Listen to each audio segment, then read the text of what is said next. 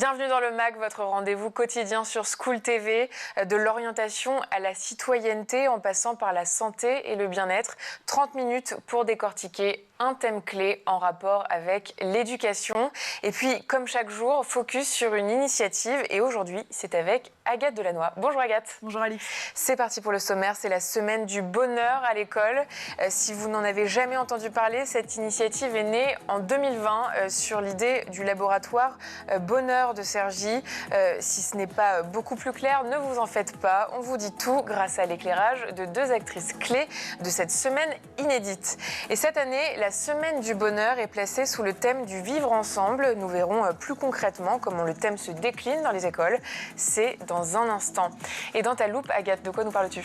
Eh bien, je vous parle d'un convoi assez exceptionnel pour se rendre à l'école. Tu ne nous en dis pas plus, mystère. C'est parti pour une nouvelle émission.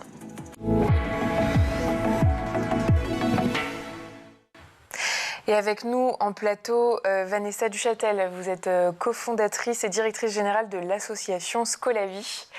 Tout à fait, merci d'être là. Pascal Hague, vous êtes fondatrice du Lab School Network et de l'école Lab School Paris et chercheur à l'EHESS. Merci d'être avec nous. Avec plaisir.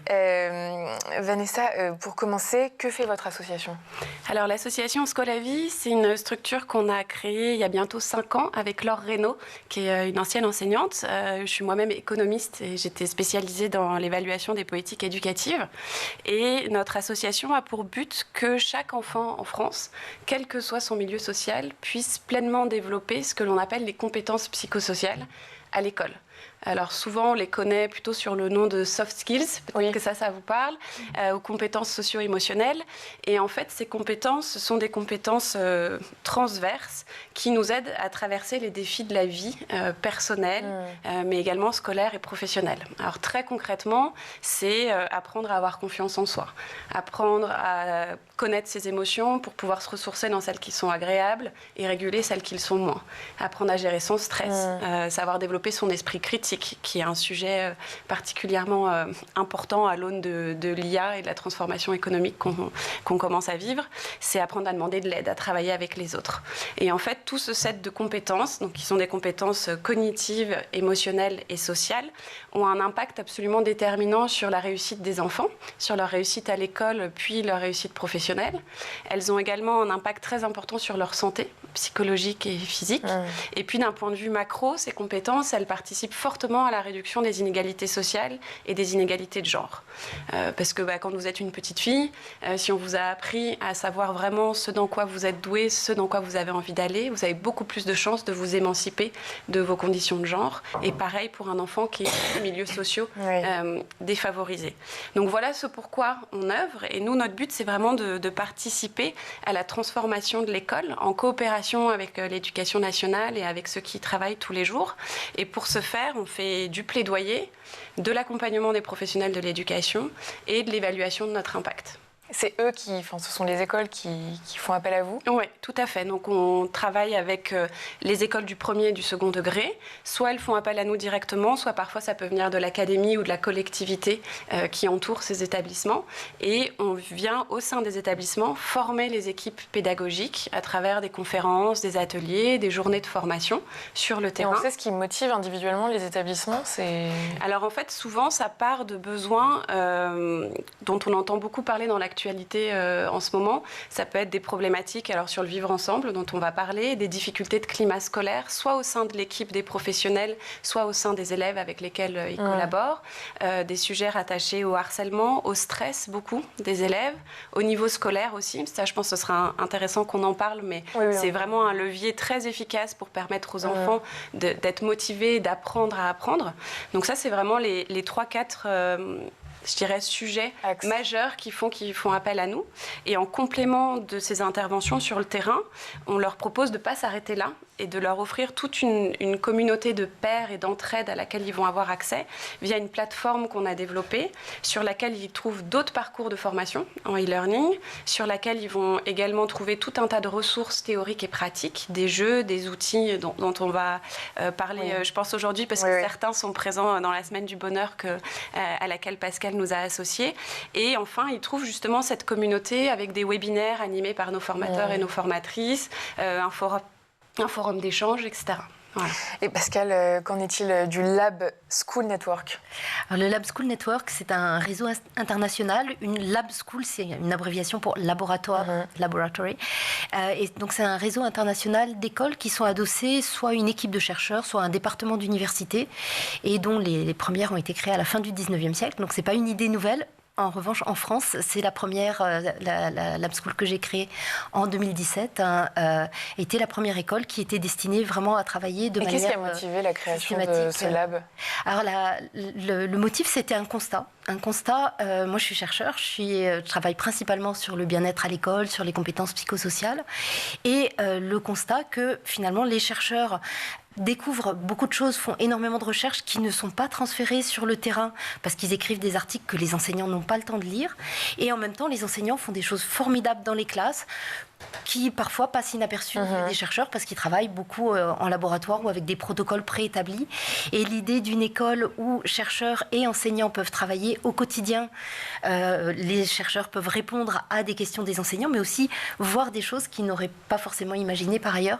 Donc cette collaboration me semblait vraiment importante et c'est une manière de faire de la recherche qui est assez peu répandue en France, qu'on appelle la recherche-action, même des recherches-actions participatives, et qui sont très bien implantées au Québec, mais c'est d'ailleurs pour ça qu'on connaît bien le France. terme de soft skills et moins celui de d'ailleurs je l'ai plus, c'est compétences psychosociales. Oui, voilà. Oui.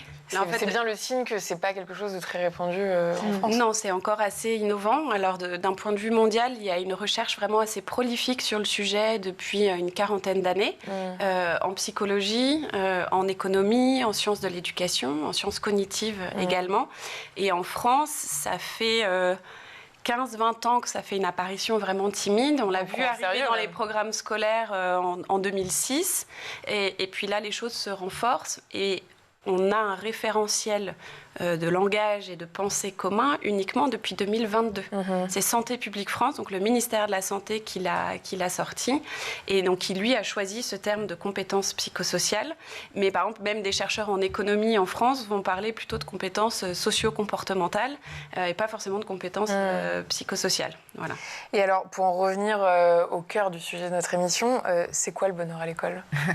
Alors, le bonheur à l'école, c'est beaucoup de choses, et c'est je pense, quelque chose qui dépend beaucoup aussi du bonheur des enseignants. C'est-à-dire qu'on parle souvent, quand on parle du bonheur à l'école, on pense aux élèves.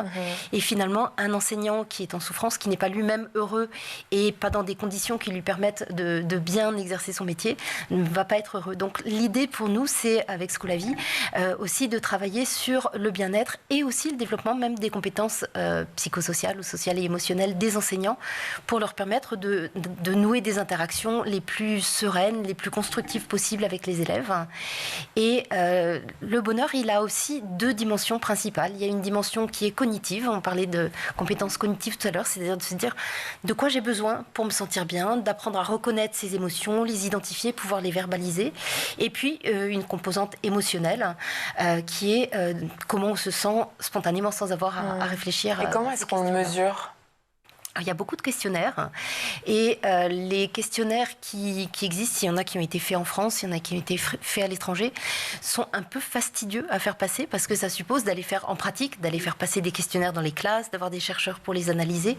Et donc finalement, les enquêtes ne sont pas forcément très répandues, mais il y a une enquête importante au niveau national sur le climat scolaire qui inclut cette dimension du bonheur ou du bien-être à l'école.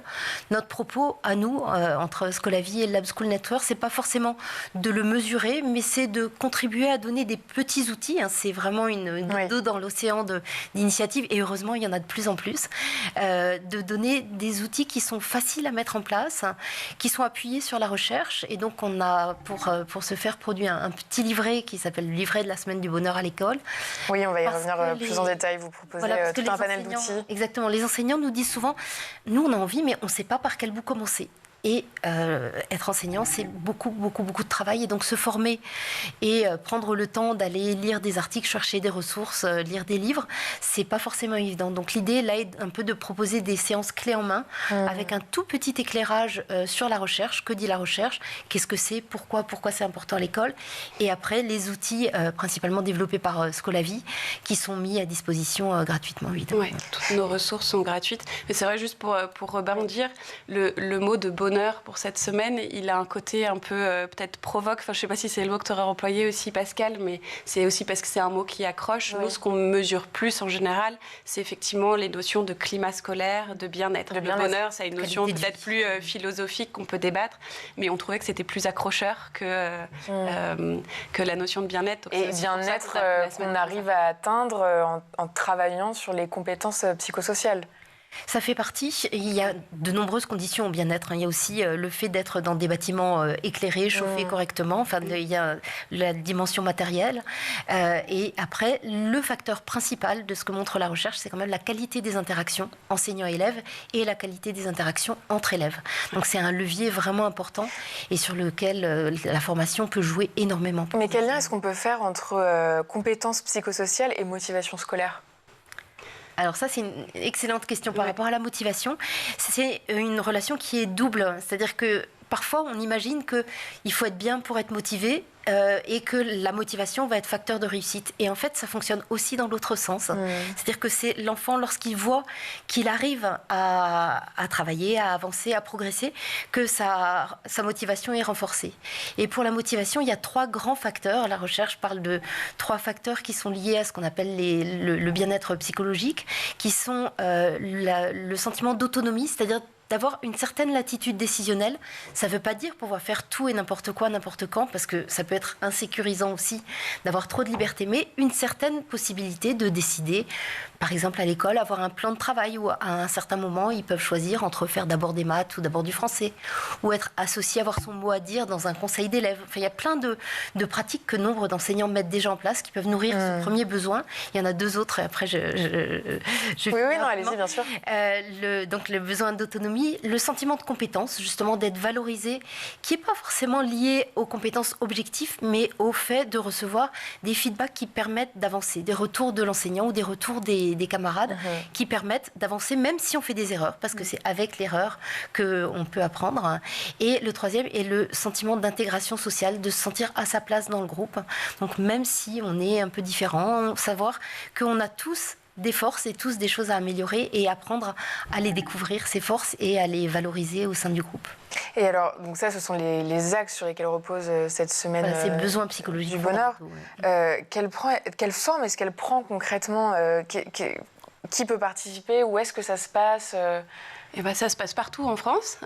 Toutes les équipes pédagogiques, les enseignants, les chefs d'établissement, les documentalistes, les CPE qui souhaitent participer, ils ont simplement allé sur le site de la Lab School sur lequel le livret est disponible. Et en fait, on leur a proposé un petit programme pour la semaine prochaine, de lundi à vendredi, avec une thématique phare par jour et des activités, des ateliers vraiment très simples. Enfin, il suffit qu'ils prennent un petit temps de lecture et d'impression du jeu concerné et d'animer ensuite ces activités avec leurs élèves, avec leurs équipes.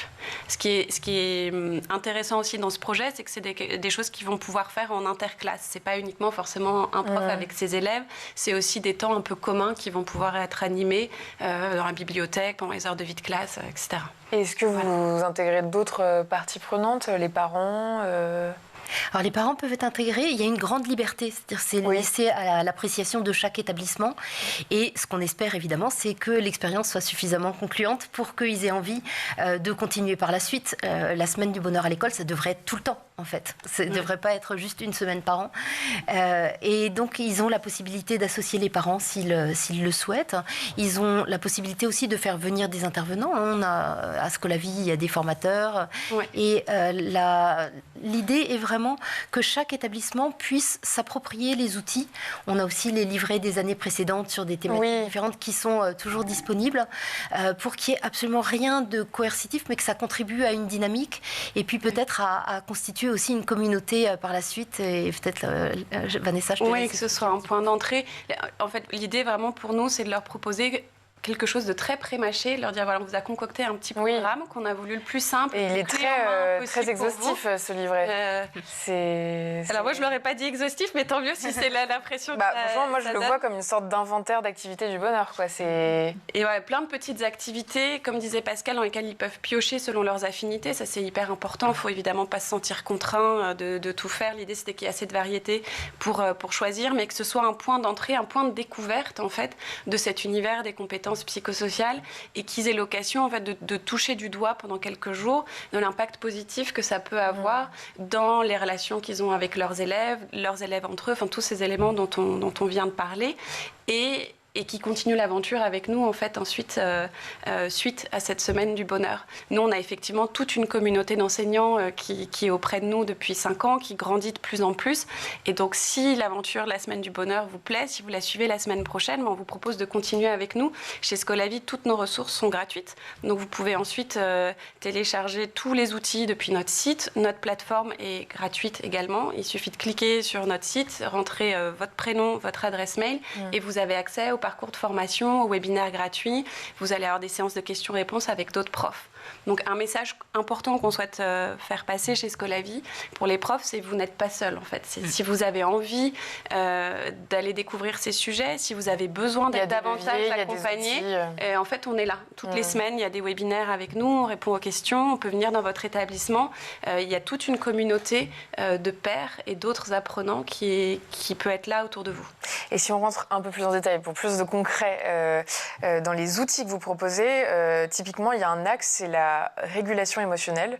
Bon, déjà, moi, j'aimerais comprendre un peu plus en détail ce que ça signifie. Et vous proposez, par exemple, parmi les outils, la réglette des émotions. Ah oui, tout à fait. On a essayé, je ne sais pas si c'est exhaustif, mais on a essayé de faire quelque chose qui soit une progression un peu cohérente. Et pour vivre bien avec les autres, la première chose à faire, c'est de pouvoir connaître ses émotions, les identifier. Et une fois qu'on les a identifiées, qu'est-ce qu'on en fait? Si on est en colère, si on est triste, si on a peur, qu'est-ce qu'on peut faire? Ou si on est joyeux, comment on peut partager cette joie? Donc la régulation, c'est un processus. Et selon l'âge des enfants, on a essayé de faire un livret qui puisse fonctionner de la maternelle au lycée. C'est pas forcément évident. Mais la réglette des émotions, c'est un petit outil qui permet de voir quelle est l'intensité de l'émotion. Et à côté de ça, il y a aussi un certain nombre de pratiques, d'activités. Et voilà, si je me sens submergée par l'anxiété ou par la colère parce que quelqu'un m'a dit quelque chose qui m'a blessée, ou d'apprendre à respirer, ou différentes petites techniques. Et après, ça c'est la première étape. La deuxième, c'est d'apprendre à prendre conscience de ses points forts. Parce qu'on est quand même très fort en France pour se dévaloriser, pour se focaliser sur les éléments négatifs. Donc c'est de faire volontairement Ça, c'est le portrait d'une réussite. Deuxième, ça peut être le portrait d'une réussite. L'outil pour développer une fierté individuelle. Voilà, de ses forces. Celui-là. Voilà, le troisième jour, c'est apprendre à communiquer de manière constructive. Mais parfois, on est en désaccord. Donc le quatrième jour, c'est apprendre à gérer les conflits aussi. Comment on fait quand on n'est pas d'accord pour pouvoir se faire entendre, s'affirmer et pas se laisser écraser ou bien au contraire se servir de ses points ou d'une manière du langage qui n'est pas adéquate.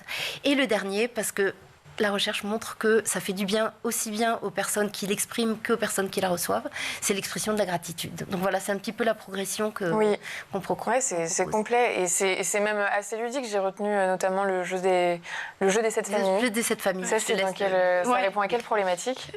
Alors, le jeu des 7 familles, c'est sur les émotions. Donc l'idée, c'est de permettre, on les voit s'afficher. Donc là, on est dans le chapitre régulation émotionnelle. C'est de permettre aux enfants, en fait, un peu pour chaque compétence, l'idée, c'est d'abord de commencer par la conscience et la connaissance des choses et que les notions dont on parle commencent par rentrer dans l'univers cognitif et dans l'univers langagier des enfants et de leurs profs. Donc là, pour les émotions, c'est déjà qu'est-ce que c'est qu'une émotion et quelles sont les émotions qui peuvent exister. Donc dans ce jeu des 7 familles, vous avez les différentes familles d'émotions et pour chacune d'entre elles, vous avez des gradations possibles dans la colère, dans la peur, dans la joie, etc. Et donc ça va permettre aux enfants d'identifier les choses de façon plus subtile et ça va être le point d'introduction pour après arriver au deuxième temps qui est plutôt effectivement comment je régule quand c'est trop fort, comment est-ce que je me ressource dans ce qui est agréable et comment est-ce que j'apprends à maîtriser ce qui est plus difficile. Voilà. Agathe, tu avais une question? Oui, la semaine du bonheur à l'école, ça a été créé Pour répondre à un besoin, ou alors ça a été mis en place justement pour valoriser les soft skills? Est-ce que c'était... Au départ, c'était une initiative donc, du laboratoire Bonheur, qui est un laboratoire de sciences de l'éducation de Cergy-Pontoise. Et ils ont créé même un label qu'ils ont appelé les Écoles du Bonheur. Hein. Et l'idée était de proposer quelque chose de très informel. C'était en 2020. Et à l'époque, il n'y avait aucune activité. C'était juste une proposition qui a été lancée comme ça. Et même sans avoir rien proposé de concret, il y a un certain nombre d'écoles en France et puis dans un territoire d'outre-mer aussi, qui se sont appropriées l'initiative et on a eu envie de faire en sorte qu'elle se pérennise. Et il y a un projet aussi avec la DGESCO d'essayer d'institutionnaliser un peu plus, mais pour l'instant, ce que je trouve intéressant, c'est de laisser les enseignants s'approprier l'initiative sans qu'il y ait justement de volonté institutionnelle de la renforcer. D'accord. C'était pas pour répondre à un mal-être particulier Si, quand même. Je pense que c'est à la racine du travail de Pascal et de son équipe et de ce qu'on fait chez Scolavi. C'est qu'on sait que malheureusement, il y a plusieurs constats très difficiles dans le système éducatif français aujourd'hui, avec un mal-être qui est très répandu à la fois du point de vue des enseignants et du point de vue des élèves. Et des parents. Et du point de vue des parents. Du point de vue des profs, leur taux de démission a quadruplé autour des 10 dernières années. C'est une des professions qui manifeste le plus de burn-out. Du point de vue des élèves, on a quand même 1 élève sur 4 qui manifeste des signes d'anxiété, de stress ou de troubles de la santé mentale de façon globale. Donc c'est des signes qui sont alarmants et qui malheureusement ne vont pas dans le bon sens. Et on a aussi un système éducatif qui peine à avoir une réussite scolaire globale de la cohorte d'élèves qui l'accompagnent. On a 10% de nos élèves qui décrochent chaque année du système scolaire. Et en plus, c'est inégalitaire. C'est-à-dire que les élèves qui réussissent le mieux sont les élèves issus des milieux sociaux défavorisés. Et ça, effectivement, c'est quand même ce qui a motivé la naissance de nos projets respectifs. C'était d'œuvrer contre ces phénomènes et pour un système dans lequel il y ait davantage de mieux-être et des apprentissages plus réussis.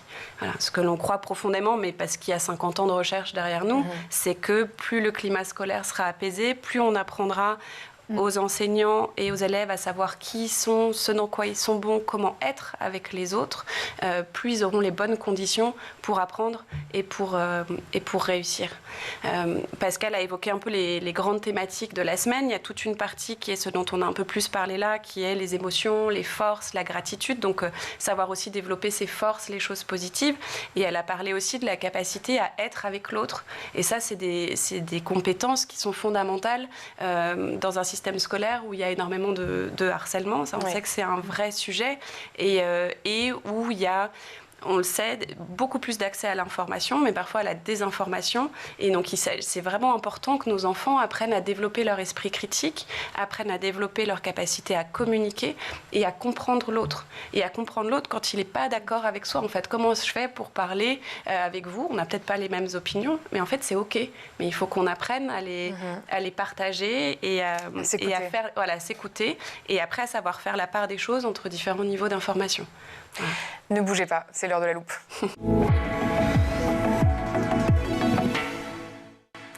Et Agathe, tu nous parles d'une bonne raison d'aller à l'école. Mais oui, parce qu'avant d'arriver à l'école et de nager dans le bonheur à l'école, il y a le chemin pour y aller. Vous, Alix, quand vous étiez enfant, vous alliez à l'école avec quel moyen de transport? J'avais la chance de pouvoir y aller à pied. À pied, donc comme 28% des élèves en France, il y a encore 31% des élèves qui vont en voiture. 18% avec un car scolaire. Et dans la petite commune du Fols, dans le Haut-Rhin, le ramassage scolaire se fait accompagner avec des ânes. C'est l'Essel Bus. À l'origine de cette initiative, on retrouve Sylvain Fliller, qui est le président de l'association aux âneries du Fols. Il est le propriétaire de Bonnie, Clyde et leurs enfants, Newton, Nutla, Étoile et Quetch. Il y a donc 4 parcours qui ont été définis à travers le village. Chaque parcours correspond à un jour de la semaine. Ce ramassage se fait entre la rentrée scolaire jusqu'à la Toussaint et reprend après la trêve hivernale jusqu'au congé d'été. Voilà, chaque matin, le rendez-vous est donné à 7h30 devant le perron de la maison et c'est parti pour 15 à 20 minutes de marche pour se rendre vers le chemin de l'école, accompagné avec 2 ânes.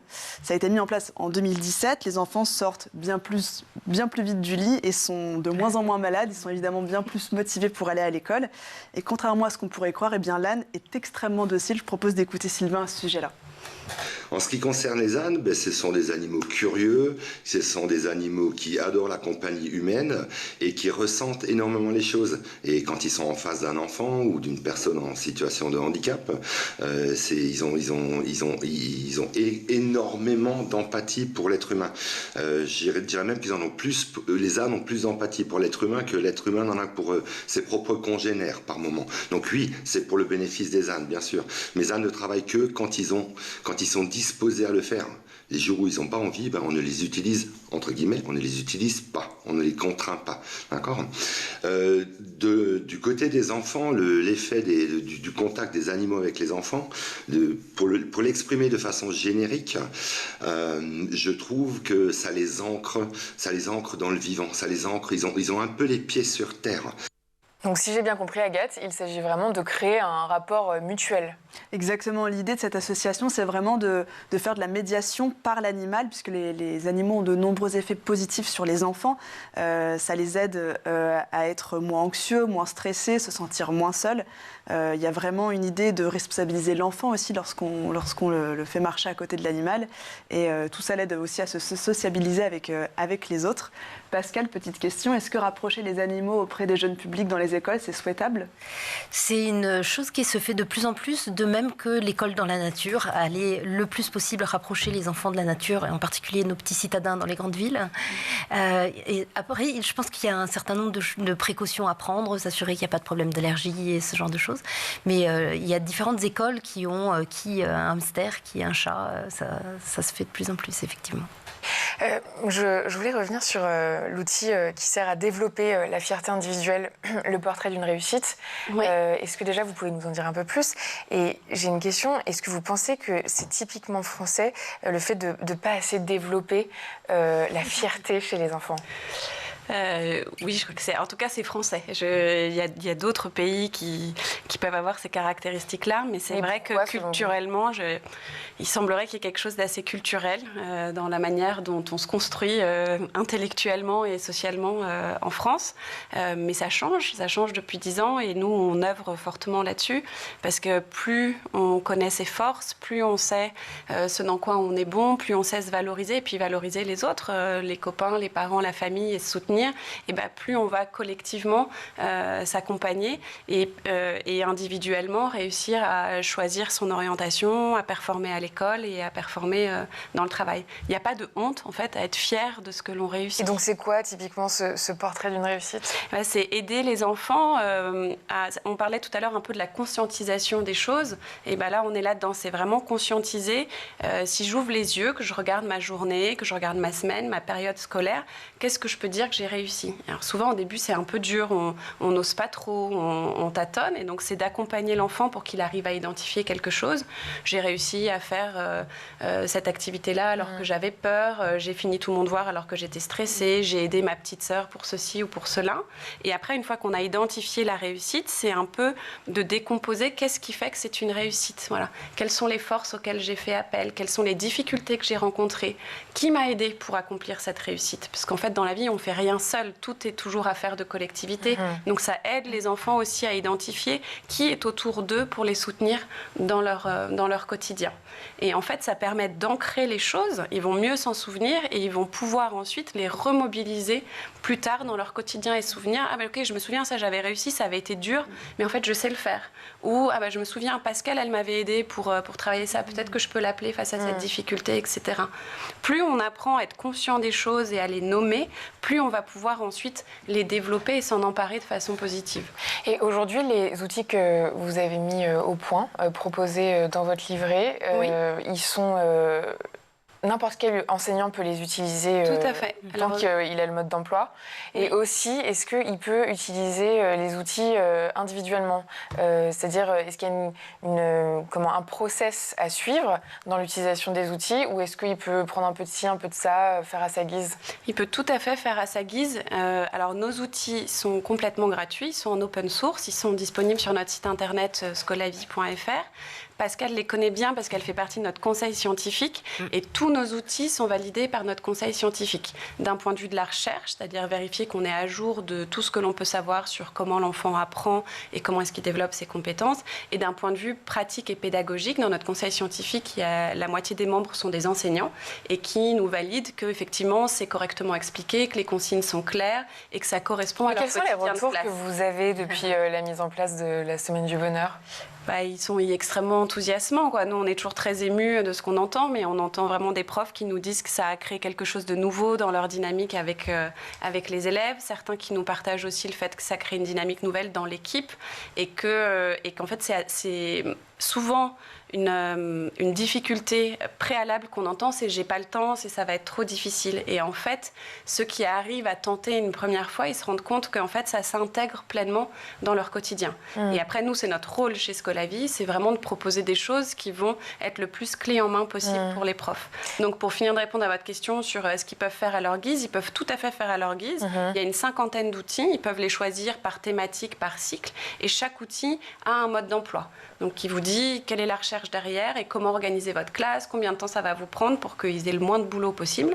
Et après, à partir de la fin de l'année scolaire, on va aussi leur proposer des kits encore plus organisés pour ceux qui ont vraiment envie de se faire guider de A à Z, puissent vraiment, un peu comme pour le livret de la Semaine du Bonheur, se dire ok, lundi je fais ça, vendredi je fais ça, à la Toussaint je fais ça, à Pâques ce sera plutôt ça. Et est-ce qu'il y a un top 3 des outils Scolavie ? Oui, et c'est ceux que je vous ai proposés en visuel. Je ne sais pas si on va pouvoir les voir. Il y a le jeu de cette famine des émotions, oui, on l'a vu tout à l'heure, qui est systématiquement chaque mois dans nos jeux les plus téléchargés. On a plus de 100 000 enseignants qui viennent chaque année sur notre site télécharger les outils. On a un peu plus de 15 000 téléchargements par mois de nos outils. Il y a celui-ci.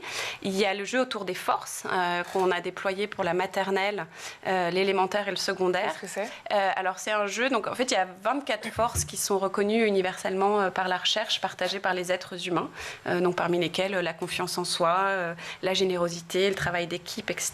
Et donc c'est des jeux qui permettent aux enfants de découvrir ce qu'est une force, quelles sont les forces, et après ils peuvent le décliner de manière différente.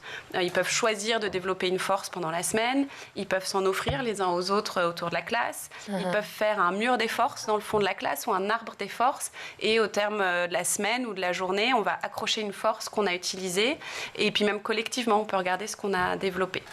Et puis le troisième, c'est le blason de la conscience de soi, qui est un outil pour vraiment travailler la connaissance de soi et la connaissance des autres. Et donc les enfants peuvent participer, des choses qu'ils savent faire, des ressources qu'ils ont, des choses qu'ils aiment. À nouveau, on est dans cette idée qu'ils vont identifier toutes ces ressources pour eux et le partager avec leurs camarades et avec leurs profs, et donc apprendre à mieux se connaître. Et souvent, ça fait aussi qu'on parle de choses dont on ne parle pas habituellement dans la classe. Et donc ça rebat les cartes et ça permet de créer des liens et des dynamiques qui sont nouvelles. Merci beaucoup Vanessa Duchâtel, merci Pascal Hague. Merci à vous. Merci Agathe. Merci beaucoup. Et quant à moi, je vous dis à demain pour une nouvelle édition.